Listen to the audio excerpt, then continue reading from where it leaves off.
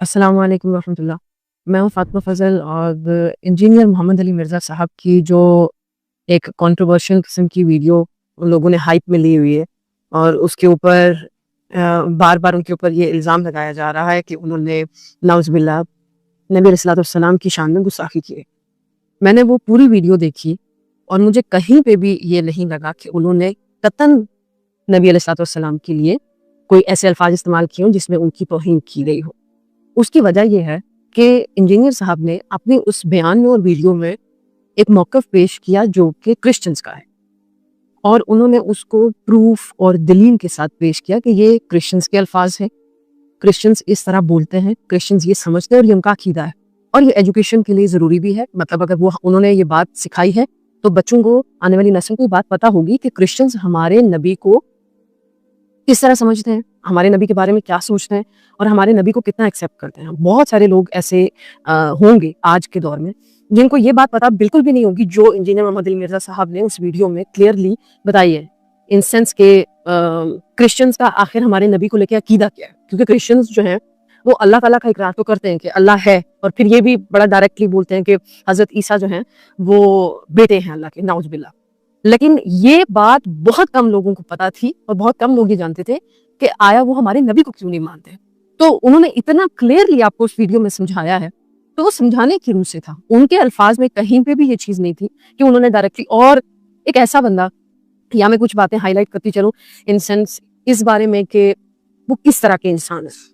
میں نے انیشلی جب اسٹارٹ میں انجینئر محمد علی مرزا صاحب کا عروج کا ٹائم شروع ہوا اور جب ان کی باری میں ویڈیوز وائرل ہونا شروع ہوئی تو میں نے اپنی یونیورسٹی میں اپنے ٹیچرز کے منہ سے یہ الفاظ سنے کہ بہت بڑا فتنہ ہے, انجینئر محمد علی مرزا بہت بدتمیز آدمی, بہت بلنٹ آدمی, اور اس کو بالکل نہیں سننا اور بہت بڑا فتنہ ہے اور بلا بلا بلا بلا. تو وہ کہتے ہوتے ہیں نا کہ ایک نیچرل سا ایک لا ہے کہ جس چیز سے جتنا روکا جائے اس کی کریوسٹی اتنی بڑھتی ہے. تو یہ تو ہر بندے میں ہوتا ہے. اگر آپ کو کہا جائے نا کہ فلاں چیز کو کلک نہیں کرنا, بندہ کہتا ہے میں اب کلک کر کے دیکھوں گا ہوگا کیا. میں نے سننا شروع کیا, پھر میں نے ڈیٹیل میں ان کے بارے میں جاننا شروع کیا. اس بندے کے ذہن میں جتنا ان کے الفاظ سے اور ان کے کہہ لیں کہ اخلاق سے جتنا پتہ چل, اس بندے کے ذہن میں ایک ہی چیز ہے کہ وہ اپنے اللہ اور اس کے رسول محمد صلی اللہ علیہ وسلم کا جو ریئل فیکچول بکش دین تھا وہ آپ تک لانا چاہ رہے تھے. میں آج ہی میں پروفیسر صاحب کا شاید نام بھول رہی ہوں, میں نے ان کا ایک لیکچر دیکھا. انہوں نے ماشاءاللہ اتنی خوبصورت بات اس لیکچر میں سکھائی ہوئی تھی کہ ہم لوگ اللہ تعالیٰ کے ساتھ, اللہ اور انسان کا تعلق اتنا قریب ہے کہ ان کے الفاظ اس طرح تھے کہ میں نے آج تک ایسا کوئی رشتہ نہیں دیکھا جو اللہ سے زیادہ اپنے بندے سے پیار کرتا ہو. یعنی ایک انسان سے اتنا پیار نہیں کر سکتا جتنا اللہ اپنے بندے سے کرتا ہے. لیکن جو ہماری کمیونٹی میں پچھلے کئی دہائیوں سے ایک بات چلی آ رہی تھی, فرقہ واریت اور ملاؤں کا ایک کانسیپٹ اور کلچر, جیسے کہ اگر کہا جائے فار ایگزامپل ایک محفل میں 4 لوگ بیٹھے ہوئے تو وہاں پر کوشش ہوتی تھی کہ دعا کرنی ہے, ہاں جی ملا کون ہے وہ دعا کرے گا, جنازہ پڑھانا ہے ملا کون ہے وہ جنازہ پڑھائے گا, نکاح پڑھانا ہے ملا کدھر ہے وہ نکاح پڑھائے گا. اتنا ایک کلچر خراب ہے کہ ریسنٹلی میں نے ایک نکاح میں یہ چیز آبزرو کی اور میں اتنی حیران ہوئی اس ساری سینیریو کو سن کے کہ جس طرح میں بیٹھی ہوں اس طرح لڑکی بیٹھی ہے, اینڈ اس کے رائٹ سائڈ پہ یا لیفٹ سائڈ پہ ایسے 7 آ کے مولوی صاحب بیٹھے ہیں اور وہ بیٹھ کے اس کو کلمے پڑھا رہے ہیں, پوچھ رہے ہیں. مطلب یہ کون سے اسلام میں یہ لکھا ہوا ہے؟ تو اتنا ایک کہہ لیں کہ اتنا فساد میں اس سینس میں کہہ رہی ہوں کہ اتنی اندھیر نگری بنایا ہوا تھا اسلام کو ملاؤں نے. وہ اس بندے نے آ کے, آپ یقین مانیں, وہ آئینہ صاف کیا ہے. تو اس بندے کو پریز کریں. آپ کو پتہ ہے اتنا پولیٹیشینز آپس میں بغض نہیں رکھتے جتنا ملا ایک دوسرے سے بغض رکھتے ہیں, اور یہ بہت بڑا فیکٹ ہے. ممبر پہ بیٹھا ہوا اگر ایک ملا چیخ رہا ہوگا اس کو نہیں برداشت کہ میری آواز سے اونچا کوئی دوسرا چیخے. اتنا بغض ہے. میرا مدرسہ ٹھیک چل رہا ہے نا, دوسرے کا اتنا ٹھیک نہیں چلنا چاہیے. اگر آپ ایک اسلامک انسٹیٹیوٹ چھوڑ کے دوسرے میں جائیں گے تو دوسرے کہیں گے کہ ہاں جی ہمارا انسٹیٹیوٹ بہت اچھا, ان کا تو خراب ہے, ان کے ہاں یہ برائیاں. تو اتنا بغض ان کا آپس میں ہے, وہ بغض اب یہ انجینئر محمد علی مرزا صاحب پہ نکالنا چاہ رہے ہیں. انجینئر محمد علی مرزا صاحب مسلسل جتنے سالوں سے بھی میں ان کو دیکھ رہی ہیں, انہوں نے اسلام کو سیکیور کرنے کی کوشش کی. سیکیور, اسلام کی غلط چیزوں کے خلاف پروٹیسٹ, اور اللہ کی وحدانیت اور رسالت کا جو ہے نا وہ علم بلند کرنے کے لیے وہ مسلسل کوشش میں ہے کہ یہ چیزیں میرے مسلمانوں تک. تو میں نے آپ کو بتایا نا کہ ملاؤں نے جب ہمیں دور کیا ہے تو انجینئر محمد علی مرزا صاحب نے آپ کو ایک چیز سمجھائی ہے کہ تم خود قرآن کو پڑھو, تم خود اللہ کو ڈھونڈو.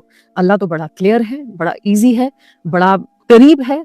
وہ جو ایک راستہ آپ نے سنا ہوگا, ایک راستہ یوں یوں یوں یوں کر کے ٹیڑھا بنا کے نا بڑا کمپلیکیٹڈ قسم کا اللہ تک پہنچایا ہوا تھا ملا نے کہ تم مجھ تک آؤ گے پھر میں تمہیں وہاں تک پہنچاؤں گا.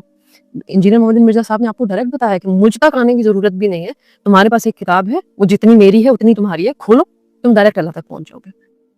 لیکن پھر ان کے اوپر ڈائریکٹ 295C کی دفعہ لگانا اور ان کو یہ کہنا کہ انہوں نے گستاخی کر دی ہے اور ان کو قتل کر دینا چاہیے اور وہ انسان جو ہے نا وہ معاشرے کے امن کے خلاف ہے اور اس انسان کو معاشرے میں ہونا ہی نہیں چاہیے, یہ واضح ہے. یہ بات پتہ نہیں کیوں سمجھ میں نہیں آتی ہے بڑوں کو کہ یہ واضح ہے کہ یہ بغض ہے, یہ کینہ ہے, یہ آپ کے دلوں کی نفرت ہے جو آپ لوگ نکالنا چاہ رہے ہیں. لیکن میں آپ کو ایک بات یہاں پہ واضح کرتی چلوں کہ میرے ملک کا سب سے بڑا مسئلہ یہی ہے کہ یہاں پر یونٹی نہیں ہے کسی طبقے میں بھی.